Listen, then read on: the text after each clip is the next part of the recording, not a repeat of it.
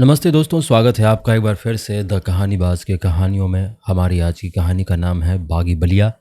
आप सुन रहे हैं एपिसोड 12। तो चलिए चलते हैं आज की कहानी की ओर। प्रेम का अतिरेक वो आत्मविश्वास प्रदान करता है जिसे सामाजिक भाषा में धृष्टता भी कहते हैं। दिल को दिल की राह होती है और इस राह चलते वो रास्ते की मुश्किलों को नज़रअंदाज ना करे तो चलना दूभर हो जाए। प्रेम मार्ग पर चलने की इसी जिजीविषा को समाज धृष्टता कहे तो कह सकता है। प्रेमी इस लगन को कोई नाम नहीं देते, बस चलते जाते हैं। फिर वो रास्ता समाज के विरुद्ध निकले, घर के विरुद्ध निकले या अपनों के विरुद्ध निकले, उजमा इन सब सोचों में नहीं थी। उसने सुबह उठकर भी रफ़ीक के उसी नंबर पर फ़ोन लगाया, मगर जवाब फिर वही आया। उसने फौरन गुस्ल ली, कपड़े पहने, बुर्का डाला और घर से निकल गई। आज नामांकन दाखिल करने का दिन था। कॉलेज पर नेताओं के हुजूम और हुड़दंग के अलावा कुछ मिलना नहीं था। इसीलिए उसने कार्यालय का रुख ये सोचकर किया कि यदि संजय नहीं तो शायद बिरजू ही वहां मिल जाए। हालांकि अनुपम राय के लड़कों और उसके भाई द्वारा उसे कार्यालय जाते देख लेने की संभावना उसे थी, मगर पहले दिन कार्यालय आई उजमा और आज कार्यालय जा रही उजमा में अंतर प्रेम का था। प्रेम जो किसी भी डर, किसी भी भय, किसी भी दुर्भावना से ऊपर है। वो कार्यालय पहुंची तो उसकी आशा के विपरीत कार्यालय संजय और बिरजू दोनों ही मौजूद थे और परेशान ही दिख रहे थे। रिक्शा से उतरते हुए वो थोड़ा हिचकिचाई, मगर संजय ने रिक्शा को आगे तक आने का इशारा किया तो उजमा को थोड़ा ढाढ़स बंधा। रिक्शा वाले ने रिक्शा ठीक कार्यालय के सामने खड़ी कर दी। उजमा चुपचाप उतरकर पैसे के लिए मुड़ी। तब तक बिरजू ने पैसे देकर रिक्शा वाले को चलता कर दिया था। उजमा पहले कार्यालय में प्रविष्ट हुई और उसके पीछे संजय घुसा। संजय को देखकर उजमा अपनी भावनाओं को ना रोक पाई और फूट फूट कर रो पड़ी। संजय ने उसे रोते देखा तो उसे कुछ समझ ही नहीं आया। वो पहले ही रफ़ीक की गुमशुदगी से परेशान था, ऊपर से उजमा का रोना उसे परेशान कर गया। उसने फिर भी खुद पर नियंत्रण कर उजमा से कहा, क्या हुआ, रो क्यों रही है? भैया कल से उनका फ़ोन नहीं लग रहा है, सिसकते हुए उजमा ने कहा, जिस पर संजय को ऐसी स्थिति में हंसी आ गई। इसलिए रो रही हो? हमें देखो, आज उसे नामांकन भरने जाना है और पता नहीं कहाँ पी के गिरा है। हम रो रहे हैं क्या? वो पीते हैं? उजमा की तकलीफ ही अब दूसरी हो गई। संजय ने गुस्से में गलत बात कह दी। उसे जैसे ही एहसास हुआ कि उसने एक गलती कर दी है, उसने फ़ौरन बात संभाली। मेरा मतलब है कि ऐसे बेहोशी में तो पी के सोने वाला भी नहीं सोता। फ़ोन भी बंद, इतने दिनों की तैयारी है, आज पर्चा भरना है, अचानक पता नहीं कहाँ गायब है। खैर तुम चिंता ना करो, हम पता करते हैं। चिंता की ही बात है भैया, चिंता कैसे ना करें? उजमा ने गंभीर होकर कहा। कुछ कहना चाहती हो? कहो बिना कुछ छुपाए। संजय को उजमा के आने से कुछ अनिष्ट का आभास तो हो ही गया था। कल रात 8 बजे के आसपास उनका मैसेज आया था, ओके, बस यही मुख्तसर सा मैसेज। उजमा ने कहा, कहाँ है मैसेज? बिरजू ने अब की आगे बढ़कर पूछा। मैंने डिलीट कर दिया भैया, घर के लोग मोबाइल देखते रहते हैं। उजमा ने कहा, तो ऐसा क्या है उस मैसेज में? भैया अव्वल तो उन्होंने आज तक कभी मैसेज नहीं किया, मैंने उन्हें मना कर रखा था। जब भी बात या मैसेज करना होता था तो मैं ही करती थी, और फिर मैसेज भी ऐसा किया जैसे मेरी किसी बात का जवाब दे रहे हैं, जबकि मैंने उन्हें कल कोई मैसेज नहीं किया था। उजमा ने रुआसी आवाज़ में ही कहा। अच्छा तुम क्या सोच रही हो? संजय ने पूछा। यही कि कहीं मेरे मोबाइल से किसी और ने उन्हें मैसेज तो नहीं किया था। और उजमा ने डरते हुए अपनी मन की बात कही। और संजय ने पूछा, और कहीं वो किसी खतरे में तो नहीं है? उजमा का डर उसकी आवाज़ में आ गया था। और तुम्हारे मोबाइल से मैसेज कौन कर सकता है? संजय ने पूछा, जिसका उजमा ने कोई जवाब नहीं दिया। संजय समझ गया कि उजमा जवाब देना नहीं चाहती। अब्बू? संजय ने इशारा कर जानने की कोशिश की। नहीं नहीं, उजमा ने जल्दीबाजी और विश्वास से कहा, कल रात तुम्हारे अब्बू कहाँ थे? संजय ने फिर पूछा। अब्बू तो 7 बजे बाजार से लौटने के बाद घर पर ही थे, लेकिन इसरार कल काफ़ी देर से लौटा था। उजमा ने धीमी आवाज़ में कहा। कितने बजे? लगभग 11 बजे। उजमा ने धीमे से कहा, जैसे वो ही कोई पाप कर रही हो। अरे यार, कहते हुए संजय सिर पकड़ कर बैठ गया। क्या हो भैया? बिरजू दौड़कर संजय के पास पहुंचा। मियाँ अगवा हो गए, संजय ने परेशान होते हुए कहा। संजय के इतना कहते ही बिरजू की आंखें पथरा गई। वो धम से कुर्सी पर बैठ गया और उजमा की आंखें भी उसी भय से बह चली जो वो जानती थी मगर अपनी जुबान पर लाना नहीं चाह रही थी। संजय को खुद को और इस स्थिति को भी कोई नियंत्रण करना मुश्किल हो रहा था। लड़के कॉलेज पर जमा होने लगे, नामांकन की समय सीमा भी नियत थी और निकलती जा रही थी। ऐसे में रफ़ीक का गुम होना गंभीर मसला था, ऊपर से उजमा का रोना भी कुछ सोचने नहीं दे रहा था। थोड़ी देर तक यूं ही परेशान परेशान घूमने के बाद अचानक ही संजय ने उजमा से पूछा, थोड़ी देर यहीं रह सकती हो? कितनी देर? उजमा ने धीमे से कहा। हो सकता है शाम तक, संजय ने कहा, जिसे सुनकर उजमा थोड़ी तो हिचकिचाई मगर फिर दृढ़ता से कहा, घर पर कह के तो नहीं आई मगर इससे अगर उनका कोई संबंध है तो जरूर रुकूंगी। संजय ने उसके सिर पर हाथ फेरा और फौरन बाहर निकल गया। बिरजू को ताकीद थी कि कोई भीतर नहीं आए। बाहर निकलते उसने अपने मोबाइल से उजमा के पिता मुस्तकीम हसन साहब को फ़ोन लगाया। अस्सलाम वालेकुम हसन साहब। वालेकुम अस्सलाम संजय जी, हसन साहब ने अरुचि से ही कहा। अरे हसन साहब, दुल्हा मियाँ को कहाँ भेज दिया? यहाँ काजी साहब हलकान हुए जा रहे हैं। क्या मतलब? हसन साहब ने आश्चर्य मिश्रित क्रोध से कहा। मतलब इसरार मियाँ रफ़ीक को शेरवानी दिलवाने किस शोरूम में ले गए हैं? क्या बकवास है ये? हसन साहब ने चिल्लाते हुए कहा। ओह क्षमा कीजिएगा, लगता है आपको कुछ बताया नहीं, डर गए होंगे शायद। खैर, आज रफ़ीक और उजमा का निकाह है। इसरार मियाँ कल रात से ही दूल्हा लेकर गायब गए, अब तक नहीं लौटे हैं। यहाँ दुल्हन भी परेशान है। आप ऐसा?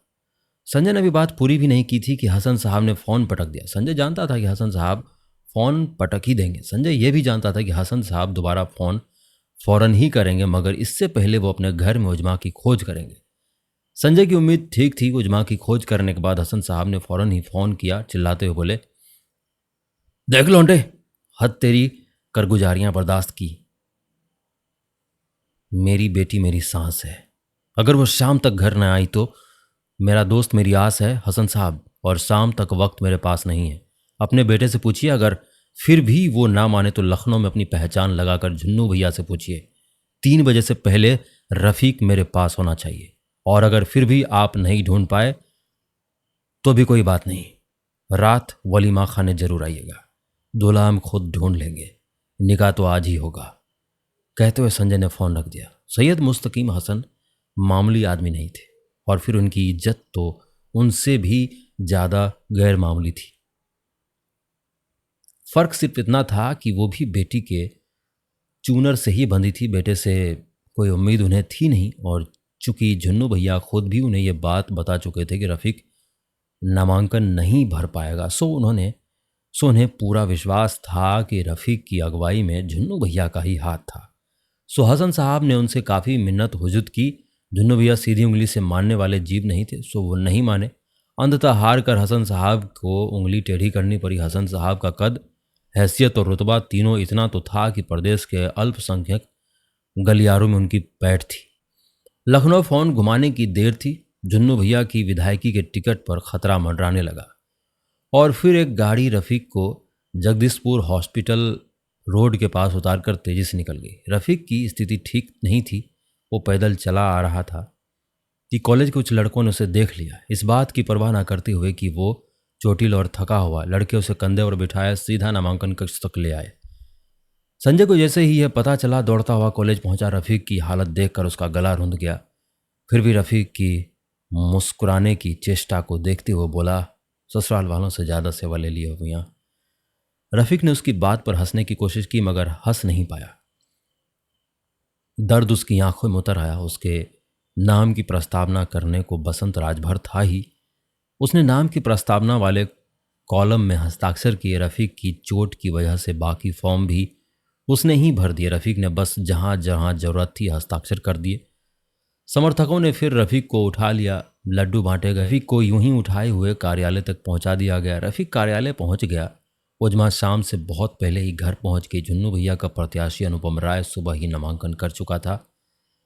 3 बजने से थोड़ा पहले पहले ही नामांकन कार्यालय खाली हो गया था। नामांकन अधिकारी बस नियत समय खत्म होने की प्रतीक्षा कर रहे थे। संजय भी तो इसी वक्त का इंतजार कर रहा था। वो अंतिम क्षणों में एक बार फिर नामांकन कक्ष पहुंचा तो वो अकेला नहीं था। उसके साथ अनुपम राय का हम नाम अनुपम राम भी था जिसकी छात्रवृत्ति का पैसा अनुपम राय दबाए बैठा था। नामांकन अधिकारियों को आश्चर्यचकित देख संजय ने कहा, गुरुजी अभी तो टाइम है। हाँ, मगर कुछ ही वक्त बचा है। बहुत है गुरुजी।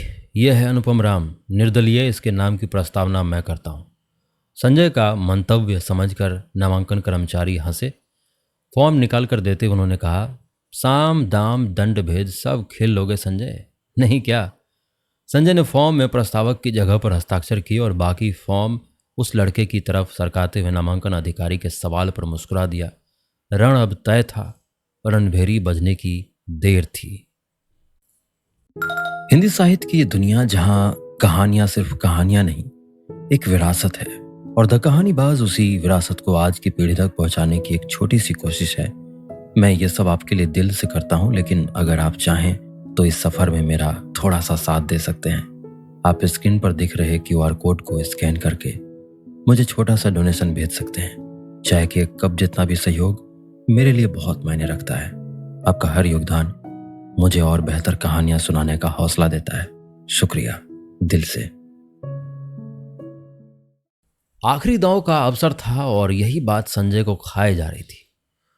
वो ये तो भांप गया था कि कुछ ऐसा जरूर है जो उसकी दृष्टि में नहीं है, मगर बहुत महत्वपूर्ण है, कुछ ऐसा जो उसकी तमाम कोशिशों के बावजूद उसके इरादों पर पानी फेर सकता है। उसे आज बिरजू का इंतजार था, जिसे उसने छात्रवृत्ति वाले लड़कों की लिस्ट लाने भेजा था। वो उसी के इंतजार में था और सिविल लाइंस की ओर से अपनी मोटरसाइकिल से गुजर रहा था कि उसने डॉग साहब को सड़क पार करते हुए देखा। उसे चूंकि जल्दी थी इसलिए वो आगे निकल गया, मगर अचानक ही उसे कुछ ध्यान आया। उसने गाड़ी मोड़ ली। डॉग साहब सड़क पार कर अब सड़क किनारे जमी बालू को पांव से मारते आगे बढ़ रहे थे। संजय ने उन्हें देखकर मोटरसाइकिल रोक दी। पैर छू के प्रणाम डॉक्टर साहब, संजय ने कहा। अरे मरहट्टे, कहाँ जा रहा है? आप ही के पास आ रहा था डॉक्टर साहब। मुझे पता था कि तू जरूर आएगा। अब नहीं आएगा तो कब आएगा? चाय पियेंगे? संजय ने पूछा। पिलाइएगा, आइए बैठिए, कहकर संजय ने डॉक्टर साहब को मोटरसाइकिल पर पीछे बैठा लिया। मोटरसाइकिल थोड़ी देर चलकर ही एक चाय दुकान पर रुकी। संजय ने शीशे के गिलास में 2 चाय उठा ली और एक चाय डॉक्टर साहब को दे दी। डॉक्टर साहब, एक बात जाननी थी, संजय ने पूछा। बिस्कुट देगा तो बताऊंगा, डॉक्टर साहब ने सीधी बात की। संजय मुस्कुरा उठा। उसने दुकान पर आगे रखे मर्तबान से 2 नान खटाई निकालकर डॉक्टर साहब को दे दी। हाँ अब पूछ, डॉक्टर साहब ने चाय पीते हुए कहा। डॉक्टर साहब, गुलाम कादिर खान को इतना विश्वास कैसे था कि वो लाल किले में घुसकर कब्जा भी कर लेगा? संजय ने पूछा। मुस्कुरा दिया डॉक्टर साहब। तुझे अब भी गुलाम कादिर खान के शातिरपने पर शक है मरहट्टे? नहीं डॉक्टर साहब, बस ये जानना चाहता था कि फौज को हरा देना एक बात है और लाल किले में बेधड़क यूं घुस जाना, वहां उसे कोई खतरा ही नहीं दूसरी बात है। उसे कोई खतरा क्यों नहीं लगा डॉक्टर साहब? संजय ने पूछा। क्योंकि वो लाल किले गया नहीं था। लाल किले में उसे बुलाया गया था। भीतर घात पहले से ही मौजूद था। भीतर मलिकाए जमानी पत्नी थी शाह आलम की, मगर उन्हें शाह आलम से बदला लेना था। रंजिश थी अपने पति से ही। उसी ने गुलाम कादिर खान के रास्ते आसान बनाए थे। डॉक्टर साहब ने चाय में बिस्कुट डुबोते हुए कहा। समझा, लेकिन यहां ऐसा कौन है जो अनुपम राय की राह आसान बना रहा है? संजय ने खुद से ही कहा। कोई तो है यहां भी, मलिकाए जमानी। पता कर जिसे इससे फायदा होने वाला है। हाँ, कोशिश करता हूं डॉक्टर साहब। संजय ने डॉक्टर साहब का खाली गिलास अभी उनके हाथ से लिया ही था कि उसे बिरजू और रफीक दूसरी गाड़ी से आते दिखाई दिए। भैया कुछ गड़बड़ है, भारी गड़बड़। बिरजू दौड़ता हुआ सीधा संजय के पास आया। क्या हुआ? ये देखिए, कहते हुए बिरजू ने संजय के आगे एक कागज खोल दिया। संजय ने 2 मिनट तक कागज को देखा और फिर उसके चेहरे पर एक मुस्कुराहट तैर गई। रफीक उसकी मुस्कुराहट का अर्थ पहले ही समझ रहा था। संजय ने उसकी ओर देखा और मुस्कुराते डॉक्टर साहब से कहा, धन्यवाद डॉक्टर साहब, घुसपैठिया मिल गया। डॉक्टर साहब बहरहाल आखिरी नान खटाई पर ही ध्यान लगाए रहे। संजय, रफीक और बिरजू तीनों कार्यालय की ओर निकल पड़े। CTPG कॉलेज शहर का सबसे नामी कॉलेज। चुनाव तो हर कॉलेज में ही होता है, मगर जो रुतबा, जो सम्मान सिटी कॉलेज के अध्यक्ष का है, वो सीधा उसके लिए पहले जिला पंचायत और फिर विधायकी का मार्ग प्रशस्त करता है। सो कोई आश्चर्य नहीं कि इसी कॉलेज ने सबसे ज्यादा नेता पैदा किए। सो कोई आश्चर्य नहीं कि इसी कॉलेज में अध्यक्ष पद के लिए सबसे ज्यादा धांधलियां भी होती हों, घोटाले भी होती हों। संजय ने अपने मोटरसाइकिल पार्किंग में लगाई। रफीक उसके साथ ही प्रिंसिपल के चैम्बर तक जाना चाहता था, मगर वो बाहर ही मिल गए, छात्रों से घिर गया। छात्रों ने उसे घेर कर अपनी समस्याएं बताने शुरू कर दी। संजय बहरहाल प्रिंसिपल साहब के चैम्बर में पहुंच गया। गुरुजी प्रणाम। संजय ने घुसते ही कुर्सी खींच कर बैठते हुए कहा, संजय आज बहुत व्यस्तता है, विश्वविद्यालय से एक दल आने वाला है, उन्हीं के लिए रिपोर्ट वगैरह। प्रिंसिपल साहब ने संजय को टालते हुए कहा, घबराइए मत गुरुजी, क्यों अब कि इसके बाद आप व्यस्त नहीं रहेंगे, इत्मीनान ही इत्मीनान रहेगा। और चलिए, अच्छा ही है कि विश्वविद्यालय से कोई टीम आ रही है, उन्हीं के सामने समाचार पढ़ते हैं। कैसा समाचार? प्रिंसिपल ने अनमने से कहा, जिसके जवाब में संजय ने प्रिंसिपल की आंखों में देखते हुए ही पॉकेट से एक पर्चा निकाला और कहा, ये गुरुजी आने वाले कल के अखबार का मसौदा है, हमें कहीं से मिल गया तो सोचा आपको पढ़कर सुना दें। शीर्षक है, छात्रवृत्ति घोटाला, सीटीपीजी कॉलेज का प्रधानाध्यापक गिरफ्तार, फर्जी नाम से दाखिला करा दिलाते थे छात्रवृत्ति। संजय ने जैसे ही शीर्षक पढ़कर प्रिंसिपल का चेहरा देखा, उसने पाया कि प्रिंसिपल का चेहरा बजाहिर उतर गया। उसके चेहरे पर आश्चर्य मिश्रित डर तैरने लगी। संजय ने फिर पुर्जे पर नजर गड़ाई और पढ़ता गया। राज्य में नासूर की तरह फैल रहे छात्रवृत्ति घोटाले के जद में आज जनपद का सिटी कॉलेज भी आ गया। छात्रवृत्ति घोटाले में कॉलेज के प्रधानाचार्य श्री दुर्गा शंकर अवस्थी को गिरफ्तार कर लिया गया। एसआईटी के इंचार्ज ने यह जानकारी देते हुए बताया कि कॉलेज को पिछले 2 साल में 600 छात्रों को 1.50 करोड़ रुपये छात्रवृत्ति के नाम पर दिए गए। एसआईटी ने छात्रों के मोबाइल नंबर और कागजात का मिलान किया तो सामने आया कि जिनके नाम से छात्रवृत्ति ली गई, ऐसे कुल 612 छात्रों को छात्रवृत्ति दी गई जो दरअसल छात्र ही नहीं, बस उनका नामांकन महाविद्यालय में है। उनके कॉलेज में दाखिले की फीस एक ही खाते में आई है। दरअसल इस नाम के लोग तो हैं, मगर वो छात्र नहीं है। उनका प्रवेश 2 तरफा फायदे के लिए किया जाता है। ऐसे छात्र चुनाव में उस दलाल के प्रत्याशी को एक मुश्त वोट देते हैं जिसने इनका एडमिशन कराया है। साल के अंत में इन्हें छात्रवृत्ति की राशि इनके द्वारा दिए गए बैंक खातों में ऑनलाइन भेजी जाती है। जांच के बाद यह भी पता चला कि एक निश्चित रकम रख कर ये सारे विद्यार्थी बची हुई रकम निकाल कर दलाल को दे देते थे, जो वो पैसा प्रधानाचार्य तक पहुंचा देता था। इस धनराशि की बाबत एसआईटी ने प्रिंसिपल से पूछा तो जवाब नहीं दे पाए। पुलिस को फिलहाल उस दलाल की तलाश है। कहते हुए जब संजय ने सिर उठाकर देखा तो पाया कि प्रिंसिपल का चेहरा फक पड़ गया है। वो कुछ बोल पाने की स्थिति में नहीं है। ये देखकर संजय ने ही कहा, कल डॉक्टर साहब ने कहा था कि भीतर के घुसपैठिए से ही खतरा है। वो बात अब समझ आई है। गुरुजी, ये वही 600 वोट है ना जो हर साल हार जीत का फैसला कर देती हैं। संजय की बात का कोई जवाब प्रिंसिपल के पास नहीं था। वो कुर्ते में से रुमाल निकालकर पसीना पोंछने लगे।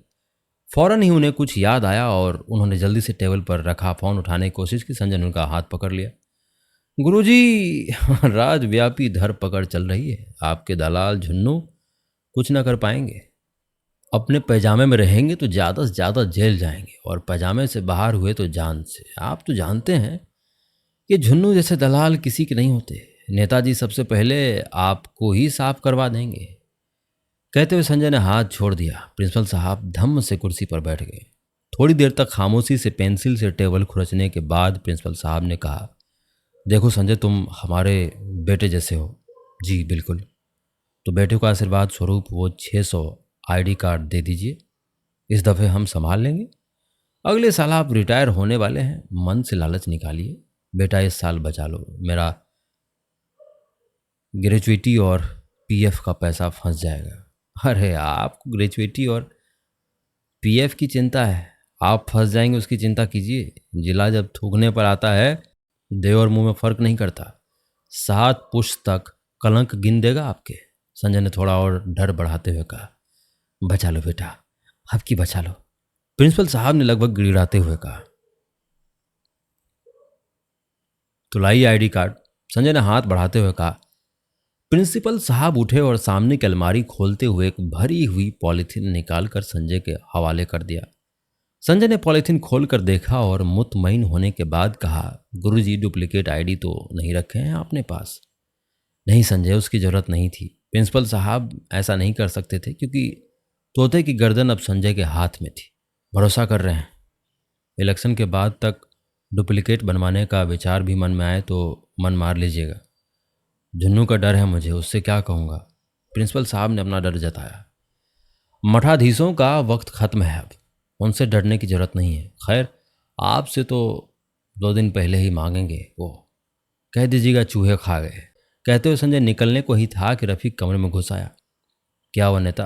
रफीक ने संजय से पूछा। गुरुजी अध्यक्ष जीतने का आशीर्वाद दिए हैं, झोली में भर के, आशीर्वाद लो।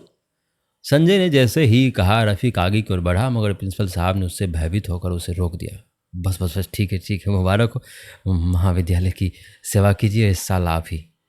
संजय और रफीक दोनों बारी बारी से प्रिंसिपल के चैम्बर से बाहर निकल गए।